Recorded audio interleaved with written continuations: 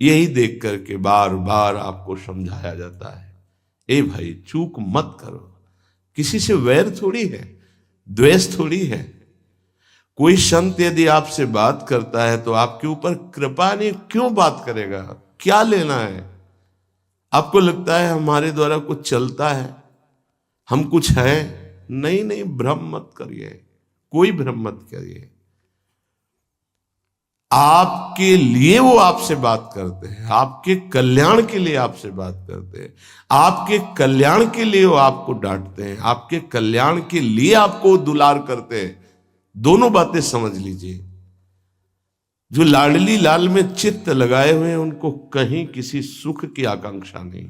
सच्चाई से समझ लीजिए। अगर वो सुख का कहीं खेल खेलते तुम्हें नजर आ रहे हैं, वो तुम्हारे लिए, तुम्हें दुलार कर रहे हैं, निकल चलो। तुम्हें डांट रहे हैं, निकल चलो। तुम्हें प्यार कर रहे हैं, निकल चलो। तुम्हारे मन को अपने प्यार में फांस करके श्री जी के चरणों में समर्पित कर देना, यही काम है। ये सब संतों का यही कार्य, तुम्हारे संसार के प्यार में फैले हुए मन को समेटकर अपनी वाणी, अपने प्यार के बल से उसे प्रियालाल के चरणों में समर्पित कर देना। पर आपके अंदर ये चाह हो जाएगी, तभी आप उस प्यार को समेटने में सहयोग दे पाएंगे। मुझे अब इस ब्रह्मा के रचे हुए माया से मुक्त होना है। पर आप तो इन्हीं खिलौनों में राजी हैं, और जब इन खिलौनों से मन को हटाने की बात कही जाती है तो आपको बुरा लगता है। आपसे जिसे कहा जाता है कि अब आप ऐसे रहिए, मनोचिन्हारो नाय, तो आपको लगता है कि हमारे संबंधों में प्रहार कर रहे हैं। तुम्हारे संबंध जितने हैं इनका प्रहार पहले हो चुका है काल के द्वारा, तुम इनको नहीं रोक पाओगे। काल पहले ही काट चुका है सारे संबंध। बस तुम संबंध का राग लेकर के यहां से जाओगे, दुर्गति हो जाएगी। और संबंध को प्रियालाल के चरणों में समर्पित करके जाओगे तो सदगति हो जाएगी, अनुराग हो जाएगा। जो आसक्ति संसार के संबंधों में है, वही आसक्ति जब संत महापुरुषों से हो जाती तो मोक्ष का खुला हुआ द्वार, ये भगवान कपिल देव जी कहते हैं। आप अपना अधिकार अपने में मत रखिए, गुरुजनों को दे दीजिए। अब हमारे जीवन की बागडोर आपके हाथ में है, आप जिस दिशा में चाहें ले चलें। हमारा केवल आपकी आज्ञा पालन करना कर्तव्य। तो कह रहे कदापि चिन्मयादुपरि चेत स्पृहा रोहिणी। यदि तुम्हें इस चेतन अचेतन जगत से मुक्त होने की इच्छा जागृत हो गई है तो पहला, स्नेह का संबंध किसी से मत रखिए। स्नेह का संबंध केवल प्रियालाल से रखिए। वही स्नेह जो माता में, जो पिता में, जो भाई में, जो बंधु में, पत्नी में, पुत्र में, वही स्नेह प्रियालाल को चाहिए। आप और सब कुछ दो, भगवत प्राप्ति नहीं होगी। ये स्नेह दे दो तो भगवत प्राप्ति पक्की हो जाएगी। सबसे स्नेह करो श्यामा श्याम के संबंध से। हमारा स्नेह का संबंध श्यामा श्याम से, श्यामा श्याम के संबंध से स्नेह कोई फर्क नहीं पड़ेगा। पर आपको अभी ये कला नहीं आती है। आप जब तक एक बार समस्त संबंधों के स्नेह को बटोर कर प्रियालाल के चरणों में समर्पित नहीं कर देते, तब तक आपको लगेगा, वाणी से बोलोगे कि सब भगवत भाव से ही, लेकिन पूरा राग यही है, ये हमारे अमुक है, हमारे अमुक है। इसलिए इस रहस्य को समझो, पहले हटो, फिर जब वो राग अनुराग में बदल जाता है तो फिर पूरे विश्व से प्यार करो, कोई फर्क नहीं पड़ेगा। सब जीवन सो प्रीति रीति निवाहत आपनी, क्योंकि वो रीति जानता है। हमारी रीति श्यामा श्याम के संबंध से ही सबको मानना। एकांत की रति विधान करो, शब्दों को समझिए। एकांत की रति विधान करो, अर्थात हमारे हृदय देश में केवल इष्ट और गुरुदेव के सिवा किसी से प्रीति नहीं। पर बहुत इस बात से हम कमजोर हैं। कहीं न कहीं हम अपनी प्रीति, हमारा दोस्त है, हमारा मित्र है, हमारा रिश्ता है, हमारा संबंध है, तो श्री जी करुणा करके आपको लाई अपने संबंध पुष्ट करने के लिए, फिर भी आप अज्ञानवश उन्हीं संबंधों को पुष्ट करते हैं जिससे आपकी दुर्गति हो जाए। जो आपके अरे एक हिरन के बच्चा के संबंध ने एक जन्म नष्ट कर दिया, फिर और किसकी बात करें। इसलिए एकांत की रति विधान करो। एकांत की आपकी रति हो चुकी है, इसका परिचय आपके सामने भारी विपत्ति आई, मन केवल श्री जी में, भारी संपत्ति सुख संपदा केवल श्री जी में मन, यह है एकांत की रति। अब उसको कोई विचलित नहीं कर सकता। जहां विषयी जन रहते हैं, विषयी जन संभाषण करते हैं, उस स्थान में, उस भीड़ में, उन लोगों के बीच में अरुचि हो जाना। रतिम मदन मोहने विदधताम तदेकांतिकीम। एकांत की भक्ति, विरति, जन समुदाय, प्रपंच भाषण करने वाले, इनसे संबंध नहीं। ना संतु जनतापने प्रतिवसंतु वृंदावने। जनता अर्थात केवल विषय प्रपंच की वार्ता करने वाले, तापने, हृदय में ताप पैदा हो उनके संग नहीं, मुझे संग नहीं, कोई भी हो, प्रिया प्रीतम से तुम्हें मतलब नहीं, उनकी चर्चा से मतलब नहीं, उनके संबंध से मतलब नहीं, तो हमारा आपसे क्या संबंध। देखो, जगत के संबंध प्रियता दिखा करके भोग सामग्री दे सकते हैं, धन दे सकते हैं, व्यवस्था दे सकते हैं, पर प्रियालाल की प्रीति नहीं। पूज्य श्री रघुनाथ दास गोस्वामी जी जब अपने गृह का त्याग करके महाप्रभु चैतन्य देव की शरण में गए, तो 2-3 दिन जो महाप्रभु को भिक्षा आती थी उसी से महाप्रभु दे देते थे।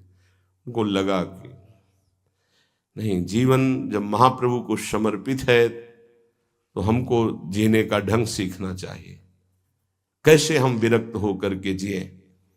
इतने में घर से भेजे हुए बहुत से सेवक, रुपया, सामग्री, रसोईया सब आ गया, क्योंकि बहुत बड़े धनी थे उनके पिताजी, और पिता के भाई दोनों के बीच में एक लाड़िले पुत्र थे पूज्य श्री रघुनाथ दास गोस्वामी, जिनकी समाधि राधा कुंड में विराजमान है।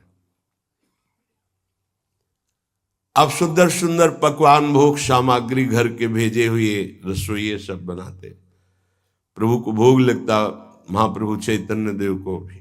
और फिर विचार किया, क्या ये माता पिता के द्वारा दी हुई सुविधा वैराग्य में कलंक नहीं है? मेरा जीवन प्रभु के लिए, क्या मैं प्रभु आश्रित नहीं जी सकता? जब विरक्त हो गया तो माता पिता के द्वारा दी हुई भोग सामग्री से जीना निषेध है। प्रवृत्ति और निवृत्ति 2 मार्ग हैं। प्रवृत्ति मार्ग में स्वयं अधिकार हो जाता है पुत्र और पुत्री का माता पिता की संपत्ति पर, निवृत्ति मार्ग में नहीं, स्वीकृत नहीं है। निवृत्ति मार्ग में स्वीकृत नहीं। जिसने इस स्वीकृति को स्वीकार किया वो कच्चा ही बना रहता है पूरे जीवन, पक्का वो कच्चा बना रहता है। ये दृढ़ बात समझ लीजिए। आज तक इतिहास है विरक्तों का, निवृत्ति मार्ग पर अगर वैराग्य ले लिया तो माता पिता के द्वारा उसका भरण पोषण कभी नहीं हुआ। आप पढ़ करके देख लीजिए, चाहे कोई भी हो, किसी भी मार्ग का हो। जब रत्नावती जी ने, उनके लिए चिट्ठी आई, पुत्र ने भेजा कि पिता ने सभा में मुंडी का पुत्र कह के कहा, मतलब सन्यासिनी का पुत्र कह के, माता हमारी इस नाम की रक्षा करना। ये हुई चिट्ठी पढ़ी तो महल छोड़ दिया उसी समय, और नाई को बुलवाया, अपने जो राजरानी के बाल थे उतरवा दिया, और संत सभा में बैठ गए। आज से कहा राज अन्न का त्याग। अब ग्राम नगर के द्वारा दी हुई भिक्षा के द्वारा भरण पोषण होगा, इस राजा के द्वारा दिए हुए नहीं। और पति थे माधव सिंह। जब ये बात सुनी तो उनको भयंकर क्रोध हुआ। मेरे सामने मेरी पत्नी, मेरा इस तरह का अपमान, मारने का प्रयास किया, निष्फल है। अंततो गत्वा, चरणों में हाथ रख के माथा रखा है, पढ़ के चरित्र देख लेना। नहीं इनके महल में रहूंगी, नहीं इनका भोजन पाऊंगी। विरक्त होकर के माता पिता के द्वारा भरण पोषण होना, एक बार एक भिक्षा के लिए तो अनुमति है। अगर विरक्त हो गया है, एक भिक्षा अगर माता पिता करा दे तो वो स्वीकृत है, इसके अलावा नहीं। आप चरित्रों को पढ़ के दे, सिद्धांत से नहीं चलोगे तो 4 दिन बाद फिर उसी में आ जाओगे।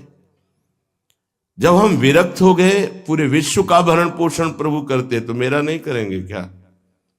आज अगर कोई जुड़ा है तो वैराग्य और भगवत प्राप्ति के लिए जुड़ा है। हमारा संबंध संसारिक नहीं, भागवतिक। जिस मार्ग में हम हैं उस मार्ग में। रघुनाथ दास गोस्वामी को 2-4 दिन हुए, फिर अंदर आग लग गई, नहीं पिता के द्वारा दिए हुए वैभव को नहीं भोगना, वापस। अब कैसे जिए? तो जहां सिंहपौर पर जगन्नाथ जी के सब भिक्षुक खड़े होते थे, उन्हीं के बीच में खड़े हो गए। अब जो बांटते हैं तो उनका स्वभाव है लेने वालों का दौड़ दौड़ कर आगे लेना। कभी कभी मिलता उनको, शांत खड़े रहते तो पा लेते, नहीं मिलता प्रसाद तो भूखे रह जाते। फिर विचार किया, इसमें खड़े होकर के भी एक वृत्ति बनी रहती कि आने वाला देगा, ये भी ठीक नहीं। एक जगह अन्न क्षेत्र में अन्न बंटता था, वहां से जाके लाने लगे। फिर विचार किया, विवेक धैर्य नहीं लेने देता। यार हम यहां कोई सेवा तो करते नहीं, क्योंकि भरपेट अन्न पाने का जिस क्षेत्र में अधिकार है तो वहां सेवा करना जरूरी। चाहे पोछा लगा दो, चाहे पत्तल फेंक दो, कोई सेवा वहां करनी चाहिए, तभी आपका वैराग्य सुरक्षित रहेगा, नहीं तो फिर ठीक नहीं है। वहां अन्य क्षेत्र में भी छोड़ दिया भोजन लेना। आप कैसे जिए? तो रात्रि में जो महाप्रसाद गाय को डाल दिया जाता था, गाय भी छक के जब नहीं पाती थी तो वो रात्रि के 10-11 बजे निकलते और वो महाप्रसाद जो पड़ा रहता उसको उठा के लाते, जल से धोते, सड़े सड़े निकाल के चावल, फिर उसे पाते। महाप्रभु ने पूछा, गोविंद, गोविंद दास सेवा में रहते, गोविंद ये रघु अब क्या पाता है? बोले प्रभु बहुत वैराग्य से रह रहे। बताया तो उनका, अच्छा ऐसा अमृत अकेले अकेले पाता है, हमको कभी निमंत्रण नहीं दिया, अब हम चुपके से छीन के पाएंगे। महाप्रभु चले रात्रि के जब वो कटोरे पे इतने से चावल सही निकाल कर पानने में लगे थे, पीछे से महाप्रभु गए से लिया। अरे प्रभु आपने, उनका इतना स्वादिष्ट अमृत पाता है और मेरे को कभी निमंत्रण नहीं दिया, निहाल कर दिया। उनके लिए आया सोवत हु रसना रटे राधा कृष्ण सुनाम। वो जब सोते थे तो उनकी जबान से राधा कृष्ण राधा कृष्ण राधा कृष्ण। ये इस मार्ग के पथिक, निवृत्ति मार्ग और प्रवृत्ति मार्ग में अंतर है। आप लोग इस बात को समझें। निवृत्ति मार्ग श्री जी के भरोसे का है, आप विश्वास कीजिए। जब इष्ट के भरोसे में, तो जिनकी पलक झपकते अनंत ब्रह्मांड रचना हो जाती, उनके लिए कोई ये बड़ी बात हो गई क्या? ये कोई बड़ी बात है उनके लिए? हम उनका भरोसा त्याग करके निवृत्ति मार्ग के हो करके और परिवार के द्वारा भरण पोषण हमारा हो, भाई ये तो नहीं समझ में आता। भरोसो दृढ़ इन चरणन के रो। निवृत्ति मार्ग तो निवृत्ति मार्ग, प्रवृत्ति मार्ग तो प्रवृत्ति मार्ग। प्रवृत्ति निवृत्ति, निवृत्ति में प्रवृत्ति, बहुत समझकर संभल कर चलना पड़ेगा। जो मार्ग भगवान ने बनाया उसके अनुसार। तो कह रहे न संत जनता, तुम्हारा व्यवहार जनता से नहीं होना चाहिए। व्यवहार शून्य व्यवहार है, ध्यान रखना। दसियों हजार लोगों के दर्शन होते हैं, एक का भी परिचय नहीं है। हजारों लोगों से संभाषण है, एक भी हमारा मित्र नहीं है कि ये हमारा है, तुम लोग इसके साक्षी हो। ये हमारा बंदा है, एक भी नहीं। साफ श्री जी के हो, श्री जी से संबंध है, मैं सिर्फ एक नौकर हूं। श्री जी की बात आपको बता देता हूं, आपकी बात श्री जी को बता देता हूं। हमारे श्री जी, इसके सिवा कोई नहीं। एकांत की रति, जनता से संबंध रहित, श्री जी के संबंध से सब जीवन सो प्रीति। श्री वृंदावन में वह चिदानंद रस को प्राप्त होता है। यह है रहनी। वृंदावन इह विधि बसे तज के सब अभिमान, तृणते नीचो आपको जाने सोई जान। ये समझ जाओ किस बात का आश्रय लिए हो। जिनको ब्रह्मांड रचने में सेकंड नहीं लगा है, वो हमारी प्रियाजू के अधीन है। हमको कुछ अपनी व्यवस्था के विषय में सोचना, मानो शरणागति के विषय में आपको अविश्वास, कलंक है ये बात। हे, बिल्कुल भरोसे पे हो जाओ, फिर सामने देखो क्या होता है। बिल्कुल भरोसे पे हो जाओ। गुरुजनों ने कभी भी अन्य आश्रय नहीं होने दिया, कभी भी अन्य जगह जगह बचाते। वो जानते हैं कि अन्य आश्रय, धन का आश्रय, वस्तु का आश्रय, व्यक्ति का आश्रय, ये तुमसे सच्ची बताते हैं, गुरुजनों की कुछ बातें बाद में समझ में आती, पहले समझ में नहीं आती। केवल श्री जी का भरोसा रखो, जिसने आज दिया है वही कल देगा। जब गुरु जी को कोई कहता कि कभी काम में आ जाएगी ये वस्तु, रख लो, तो बोले इसी को मिटाने के लिए बाबा जी हुए हैं। जब कभी काम में आनी होगी तो तुरंत श्री जी भेजेंगे, हम इसको पहले से क्यों रखें। ये हमें चाहिए कि केवल श्री जी का आश्रय लेकर वृंदावन वास हो। देखना कितना आनंदित रहोगे। फिर रोना आता है, तुम्हारे आंसू फिर निकलेंगे। जब आप एकांत में होंगे, आपका कोई नहीं होगा और आपकी परिस्थिति विपरीत होगी, तब जो शरणागति होती है वही भगवत प्राप्ति कराती है। जब तक विपरीत परिस्थिति नहीं आएगी तब तक शरणागति परिपक्व नहीं होगी। बात लिख लीजिए, चाहे वो द्रौपदी जी हो, चाहे गजराज गजेंद्र जी हो, चाहे कोई भी हो, जब ऐसी विपरीत परिस्थिति आए कि कोई भी सहयोगी नहीं रह गया, तब शुद्ध शरणागति और भगवत साक्षात्कार। उस दिन के लिए तैयार रहो और मांगो कि हमारी आसक्ति का नाश करने के लिए परिस्थिति ऐसी दे दो प्रभु कि सिर्फ आप पर दृष्टि हो, सिर्फ आप पर, ना कोई हमारा, ना हम किसी के, सिर्फ आप। मेरे तो गिरधर गोपाल, दूसरों न कोई। बात समझो, सत्संग की बात को समझो, परमार्थ की बात को समझो। तो जब कोई हमारे जीवन में प्रश्न आता तो जो नील चादर ओढ़े हुए विराजमान है, उनकी चादर की तरफ देखते, आकाश की तरफ, बाहर निकलकर आकाश की तरफ देखते। तत्काल उत्तर मिला है हमको, तत्काल भाग, यहां से भाग। झोला टांगा, रात्रि में भागे, जब भागे तब रात्रि में भागे। भागो भागो भागो, भागते भागते अब पायो परम विश्राम। अब वृंदावन, श्री वृंदावन विश्राम, सब सोहित निष्काम मत, श्री वृंदावन विश्राम। हे, भागते रहो, संबंधों से भागते रहो, आश्रयों से भागते रहो। एक आश्रय केवल हरि गुरु का, बस एक विश्राम स्थल। जैसे आप रखो, जैसे आप रखो, हम उसी में राजी हैं। समस्त प्राणियों को वृंदावन के नमस्कार बुद्धि से देखो। देखो यहां की रहनी, वृंदावनी विधि बसे तज के सब अभिमान, तृणते नीचो आपको जाने सोई जान। तृण से नीच अपने को जो जानता है सबको नमस्कार करेगा। और सच्चाई में देखो तो ऐसा ही है, कुछ नहीं है। कोरा अहंकार केवल है। क्या है हमारे अंदर? कुछ नहीं। अगर गुरु कृपा न हो, प्रियालाल की कृपा न हो, तो कुछ नहीं। हाथ उठा के कहते हैं कोई बल नहीं है। बल है तो वो है, नहीं तो वो नहीं, तो कुछ बल नहीं। क्या बल है? आप देखो, अंदर से देख लो बैठ के, तुम्हारे अंदर क्या बल है। फिसल कर गड्ढे में गिरने का तो बल है, लेकिन गड्ढे से निकलने का बल तो नहीं है। फिसलने में क्या बल? फिसल कर गिरने का तो है, लेकिन गिर के संभलने का बल, ये केवल गुरु का बल है, ये केवल इष्ट का बल है। इसलिए श्री धाम वृंदावन का आश्रय और वास स्वीकार करो। सबसे छोटा अपने को समझो, समस्त प्राणियों को नमस्कार करो। क्यों? क्योंकि कहीं कोई वृंदावन में किसी का अपराध न बन जाए। नमंतु ननु जंतु कानिह नमंतु रस्तु क्वचित। कहीं ऐसा ना हो जाए यहां किसी भी जंतु का, किसी भी जीव का, किसी भी शरीरधारी का अपराध न बन जाए।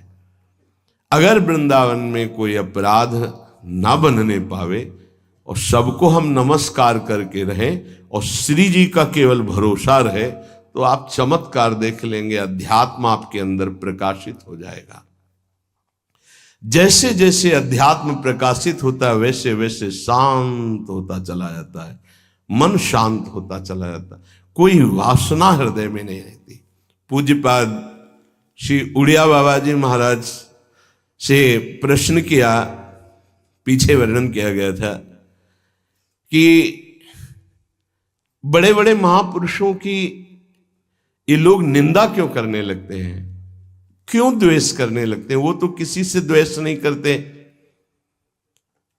जितने महापुरुष हुए उनकी निंदा हुई है, वर्तमान में जितने हैं तो आप देख लो सैकड़ों अगर नमस्कार करने वाले तो कुछ निंदक आपको मिलेंगे। ऐसा क्यों होता है? क्योंकि संत तो किसी से द्वेष नहीं करते, द्रोह तो उनके हृदय में होता नहीं, अद्वेष्टा सर्वभूतानाम। फिर ये क्यों होता है, निंदा क्यों करते हैं? तो कहते भगवान की दो शक्तियां हैं, एक है माया और एक है प्रेम भक्ति। जो प्रेम भक्ति से विमुख उनके हृदय में माया शक्ति का प्रभाव रहता है, यद्यपि उनका द्वेष भी इसी से होता है।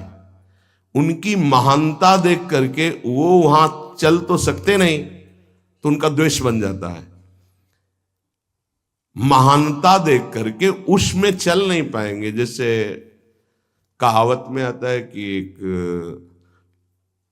अंगूर को बहुत कोशिश की पाने की, जब नहीं मिले तो कहा खट्टे हैं, प्रयास किया लेकिन नहीं मिला। तो उनका प्रयास माया जनित है, तो प्रेम या भक्ति या सद्गुण या भगवद आश्रय नहीं धारण कर पाते, तो उनको द्रोह हो जाता है संतों से। आप नरसिंह मेहता जी का चरित्र देखिए, बड़े बड़े भक्तों का उन्हीं के गांव के लोग, उन्हीं के घर के परिवार के जनों ने ही द्रोह पैदा कर दिया। द्वेष, निंदा, मारने की चेष्टा, अपमान, ऐसे। अच्छा सोचो, उड़िया बाबा जैसे महापुरुष से क्या कभी ऐसा हो सकता है कि उनके मारने के लिए आदमी लगा दे? विचार करके देखो। पैसा देकर भेजा गया था कि सत्संग में जाके नाक काट लो। वो आदमी चुपचाप चाकू लेकर के आया और प्रणाम के बहाने तो संतों के सामने कौन रोकता, तत्काल चाकू निकाली और जे भी मारा तो हाथ पकड़ते पकड़ते चावल भर नाक में चल, मतलब थोड़ा सा ऐसे खून निकलने लगा। ऐसे बाबा ने रोका, पकड़ा और गुफा में ले गए। आज भी गुफा नीचे जो बनी हुई, बैठे और गरम दूध चीनी डाल के मंगवाया, पिलाया और कहा धैर्य धारण करो, बिल्कुल डरो मत, तुम्हें कोई नहीं मारेगा, तुमने ऐसा क्यों किया? तो रो पड़ा संत कृपा देख के और कहा बाबा मुझे इतने 1000 रुपये देने की बात कही गई थी कि बाबा मैं गरीब आदमी हूँ, पैसे के लोभ से बुद्धि मारी गई। उन्होंने कहा बस तुम ऐसे नाक में चाकू मार देना ऐसा। बाबा ने कहा कोई बात नहीं, कहाँ से आए हो? बोले हाथरस के हैं। बाबा ने ये नहीं पूछा कि किसने भेजा है। चतुरता इस बात की कि सब शिष्य थे, अगर ये पता चल जाए कि किसने तो उससे द्रोह हो जाएगा ना, बस इतना पूछा था क्यों तुमने ऐसा किया? तो बोले मुझे पैसा दे। ये नहीं पूछा किसने किया, क्योंकि उससे द्वेष हो जाएगा। अपने शिष्यों से कहा शपथ है हमारी, इसे डांटना भी नहीं और हाथरस की बस में सुरक्षित बैठाल करके आओ, चलो जाओ। बोलो ऐसे महापुरुष को फिर बाद में लीला, द्वेष की हद हो गई, संसार द्वेष की सूली पे चढ़ा दिया, जहर पिला दिया। मेरा जी को जहर पिला दिया, प्रहलाद जी को क्या? क्यों ऐसा करते हैं लोग? बोले माया से आसक्त चित्त वाले जब भक्त को देखते तो उनके अंदर गाली देने का मन होता है, जलन पैदा होती, स्वभाव ऐसा स्वाभाविक है। उनके हृदय में इतना द्वेष पैदा होता है कि वो दुष्ट हृदय कैसे इनकी हानि हो, बस ये सोचते हैं कैसे इनकी। बड़ा विचित्र खेल है। इस संतों के साथ क्यों? पलटू बाबा को अयोध्या में झोपड़ी में ही आग लगा दी आसपास से। ऐसा ऐसा क्यों होता है? तो बोलिए माया शक्ति कि जिसके हृदय में माया का प्रभाव, मलिन हृदय होता है, वो संतों से स्वाभाविक द्वेष करते हैं, जो कि द्वेष के पात्र नहीं है। वो किसी से वो द्वेष नहीं करते। एक संत आप चरित्र उठा करके देखो, संतों से द्वेष करने वाले प्रत्येक महापुरुष के जीवन में देखा गया कि द्वेष करने वाले, और कोई कोई तो उन्हीं के पार्षदों के रूप में द्वेष करने लगे, उन्हीं के पार्षद बनकर उनकी खिलाफत करने लगे और उन्हीं के पार्षदों के द्वारा उनको सूली पर चढ़ाया गया। बड़ा विचित्र माया का खेल है। इसी से वो भक्तों की निंदा करते हैं और भक्तों से द्रोह करके अपना सर्वनाश कर लेते हैं। तो क्या इससे बचा जा सकता है? यदि भगवान का नाम जप करने लगे, भगवान का आश्रय ले ले, तो दृष्टि बदल जाएगी। आप देख लेना, दृष्टि बदल जाएगी।